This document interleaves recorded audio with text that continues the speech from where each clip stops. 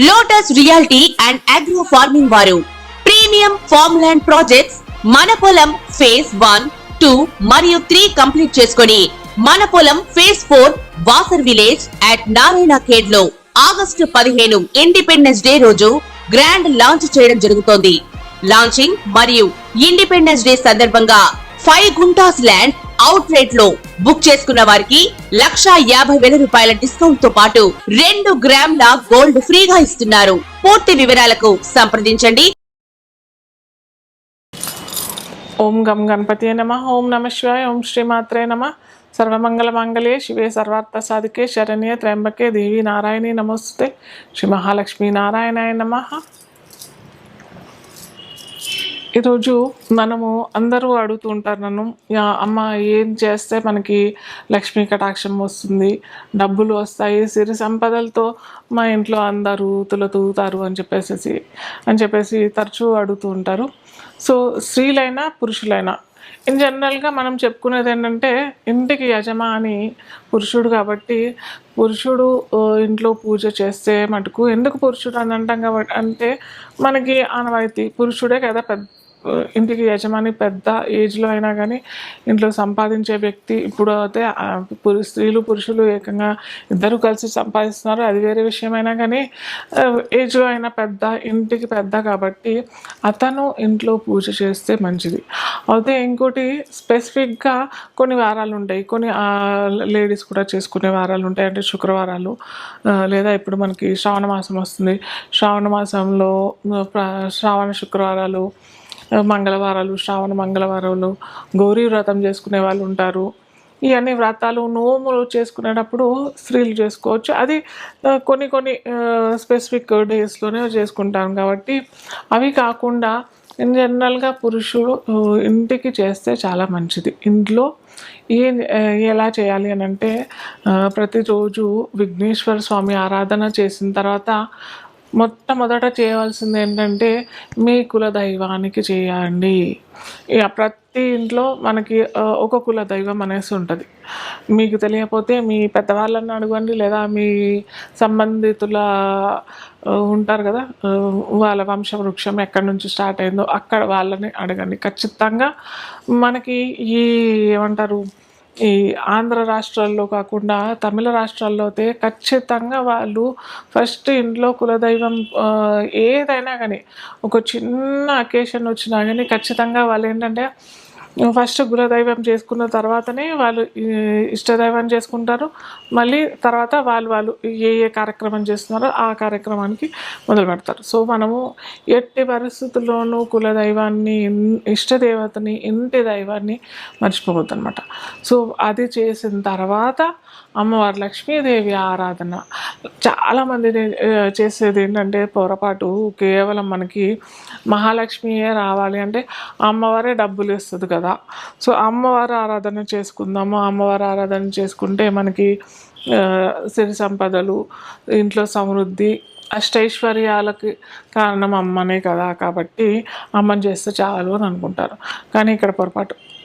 ఖచ్చితంగా అందరూ చేసుకోవాల్సింది ఏంటంటే, అమ్మవారితో పాటు అయ్యవారు స్వామిని కూడా ఆరాధన చేసుకుంటే కనుక అక్కడ ఆ ఇంట్లో అమ్మవారు అయ్యవారు ఇద్దరూ కలిసి మన నట్టింట్లోకి వచ్చి సిరి సంపదలు, కేవలం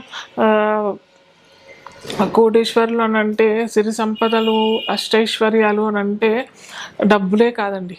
మనకి ఇక్కడ డబ్బులతో పాటు ఇంట్లో మన పిల్లలు సుఖంగా ఉండాలి, వాళ్ళు వృద్ధిలోకి రావాలి, వాళ్ళ ఎడ్యుకేషన్ బాగుండాలి, వాళ్ళ వివాహము, వాళ్ళ పిల్లలు, వాళ్ళ సంతానం, ఇవన్నీ బాగుండాలి. కాబట్టి ఇవన్నీ మనకి ఎక్కడైతే బ్యాలెన్స్డ్గా అన్నీ నెరవేరుతాయో, ఇవన్నీ చక్కగా తూగుతాయో, చక్కగా అందరూ బాగుంటారో, అప్పుడే మనకి సిరి సంపదలు అని అంటాము, కోటీశ్వర్లం అని అంటాము, అష్టైశ్వర్యాలు అని అంటాము, ఇవన్నీ సాటిస్ఫై అవుతాయి. సో ఇవన్నీ ఖచ్చితంగా ఎప్పుడైతే కోరుకున్న ఇవన్నీ తీరుతాయో మనకి లక్ష్మీ కటాక్షం అనుగ్రహం కలిగినట్టే. సో ఏం చేసుకోవాలంటే చెప్పా కదా, ఫస్ట్ ఇంటి దైవాన్ని, కులదైవాన్ని, తర్వాత మీ ఇష్టదేవత, పూజించిన తర్వాత లక్ష్మీదేవి ఆరాధన. లక్ష్మీదేవి ఆరాధన అన్నప్పుడు 2 రకాలు మనం చేసుకోవచ్చు. ఒకటి ఏంటంటే శ్రీ సూక్తం చదువుకోవచ్చు, మహాలక్ష్మి అష్టకం చదువుకోవచ్చు. మహాలక్ష్మి అష్టకం చదువుకున్నప్పుడు పొద్దున్నే మీరు పొద్దున్నే స్నానం చేసి వేకునే స్నానం చేసేసి బ్రాహ్మీ ముహూర్తంలోనే పూజ చేస్తాను అని అంటే ఆ టైంలో, అలాగే మధ్యాహ్నం మీరు ఎక్కడున్నా కానీ మహాలక్ష్మి అష్టకం చదువుకున్నా కానీ అదొక పూట అయిపోతుంది. మళ్ళీ సాయం సంధ్యా వేళలో అంటే ఎప్పుడైతే సూర్యుడు అస్తమిస్తున్న సమయంలో మీరు కనుక మహాలక్ష్మి అష్టకం చదువుకున్నట్టయితే ఖచ్చితంగా అమ్మవారు మీకు అష్టైశ్వర్యాలు సిరి సంపదలతో తూగేటట్టు చూస్తుందన్నమాట. అలాగే అమ్మవారిది ఆరాధన చేసుకోవాలి, ప్లస్ అలాగే మహావిష్ణువు. మీకు ఏదైనా మీ ఇష్టం, విష్ణు సహస్రనామం చేసుకుంటారా చేసుకోండి, ఏమంటారు రాముడి ఏమన్నా స్తోత్రాలు చదువుకుంటారా చదువుకోండి, అష్టోత్తర నామాలు చదువుకుంటారా చదువుకోండి. అలాగే చదువుకున్న తర్వాత కొద్దిగా పానకం పెడితే కూడా అమ్మవారు చాలా సంతోషపడుతుంది. ఏంటంటే చాలామంది ఏంటంటే అబ్బో మేము అవన్నీ చేసి మేము ఏమంటారు నివేదనలు చేయాలి, అవన్నీ వండాలి పెట్టాలి అంటే మాకు ఫస్ట్ ఓపిక లేదు, లేదా ఓపిక ఉన్నా కానీ మాకు డబ్బులు లేవు అనేవాళ్ళు చాలామంది ఉంటారు. సో మనకి నీళ్ళలో బెల్లం ముక్క వేసేసి కొన్ని సుగంధ ద్రవ్యాలు వేసేస్తే మనకు అక్కడ పానకం తయారైపోతుంది అండి, అయిపోతుంది. ఒక అరటిపండు పెట్టండి, అరటిపండు లేదు బెల్లం ముక్క పెట్టండి, మళ్ళీ లేదా పటిక బెల్లం పెట్టేయండి. ఇలా పెట్టేసేసి అమ్మవారి ఆరాధన స్వామివారి ఆరాధన చేసేటప్పుడు భావన చెయ్యండి. మీరు ఎలా చేశారు ఏం చేశారు కాదు ఇంపార్టెంట్. ఇక్కడ ఏంటంటే అమ్మ మన ఇంటికి వస్తుంది, స్వామి మన ఇంటికి వస్తున్నారు. అమ్మవారు రాగానే మనం చక్కగా అక్కడ ఒక పీఠం ఏర్పాటు చేసాము, అమ్మవారి ఆరాధన చేసి అమ్మవారిని కూర్చోబెడుతున్నాము. అక్కడ అమ్మవారు కూర్చున్న తర్వాత నీళ్ళు ఇస్తున్నాము తాగటానికి, కాళ్ళు కడుక్కోవడానికి, స్వామివారికి నీళ్ళు ఇస్తున్నాం కాళ్ళు కడుక్కోవడానికి, మంచినీళ్ళు తాగటానికి. అలాగే మనము మన భక్తితో మనం ఏదన్నా స్తోత్రం చదువుతున్నాము, స్తోత్రం రాదు మాకు అని అంటే అమ్మవారికి ఆరాధన, అమ్మని స్వామిని మనము ఆ అలంకరణ చూస్తూ అలాగే అమ్మవారి ఆరాధన చేస్తున్నాం. ఇలాంటి భావనతో చేసినట్టయితే ఖచ్చితంగా పురుషుడైనా చేసుకోవచ్చు, స్త్రీ అయినా చేసుకోవచ్చు. చేసినట్టయితే ఖచ్చితంగా మీరు కోటీశ్వరులు అవ్వటానికి ఖచ్చితంగా మేము ఇది చేయలేము అనేసి ఫస్ట్ నెగిటివ్ థాట్ తీసేయండి. చేసాము చేస్తున్నాము, అమ్మ వస్తుంది, స్వామి వస్తున్నాడు వచ్చాడు, ఇలా మీరు భావనతో చేసినట్టయితే ఖచ్చితంగా మీరు సిరి సంపదలతో తూలుతారు. అలాగే మీతో పాటు మీ తరతరాల పిల్లలకి అటువైపు పిల్లలకి అందరికీ చెప్తూ ఉండండి. మకర లగ్నం లేదా లగ్నం తెలియని వారికి రాశి అని అనుకున్నట్టయితే మకర లగ్నం మకర రాశి వారికి శని భగవానుడు వీరికి అధిపతి.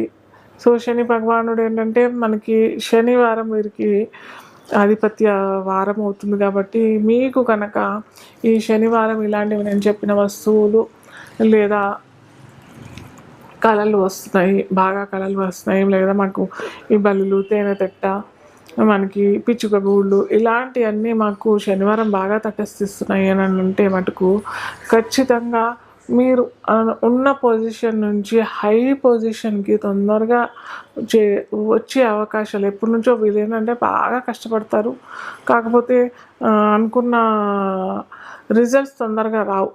ఎందుకంటే మందవారము అలాగే మంద స్థానానికి అధిపతి అయిన శని భగవానుడు కూడా స్లో ప్లానెట్ కాబట్టి మనకి 30 సంవత్సరాలకి ఒక రాశి మొత్తం తిరిగి వస్తాడు.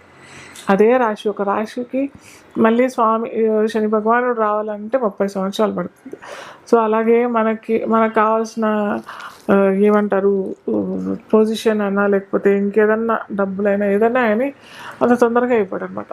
సో వీరికి కూడా సంవత్సరం నుంచి 2 సంవత్సరాల లోపల మీరు అనుకున్న కోరికలన్నీ నెరవేర్చి స్వామి తప్పకుండా కటాక్షిస్తాడు. కాబట్టి మీరు ఉదయాన్నే ఇవన్నీ కనిపించిన ఉదయాన్నే మీ ఇష్టదైవం అలాగే మీ కులదైవాన్ని ప్రార్థన చేసుకొని ఆంజనేయ స్వామికి అప్పాల మాల లేదా మేము అంత చేసుకోలేము అని అంటే కనుక ఇంత బెల్లం ముక్క ఆ స్వామికి పెట్టేసేసి పానకం కూడా పెట్టేసేసి, స్వామికి ఇష్టమైనది ఏంటంటే రామనామం చాలా ఇష్టమైనది. ఏం చేసుకున్నా, ఎంత చదువుకున్నా, ఏది నివేదన పెట్టుకున్నా ఈ ఏమంటారు మకర రాశికి అధిపతి శని భగవానుడు లొంగేది ఎక్కడంటే ఆంజనేయ స్వామికి, వెంకటేశ్వర స్వామికి. సో మీరు వెంకటేశ్వర స్వామికైనా ఆంజనేయ స్వామికైనా అప్పలమాల ఇవ్వచ్చు. అలాగే ఆంజనేయ స్వామి ఆరాధన చేస్తున్నారు అని అంటే ఖచ్చితంగా ఆ రోజు రాముడికి సంబంధించింది ఏదన్నా కీర్తన చేసుకుంటే మటుకు మీరు అనుకున్న హైక్ పొజిషన్కి, అలాగే మీరు మీకు తొందరగానే అర్నింగ్స్ కూడా పెరిగిపోయే అవకాశాలు చాలా ఉంటుంది.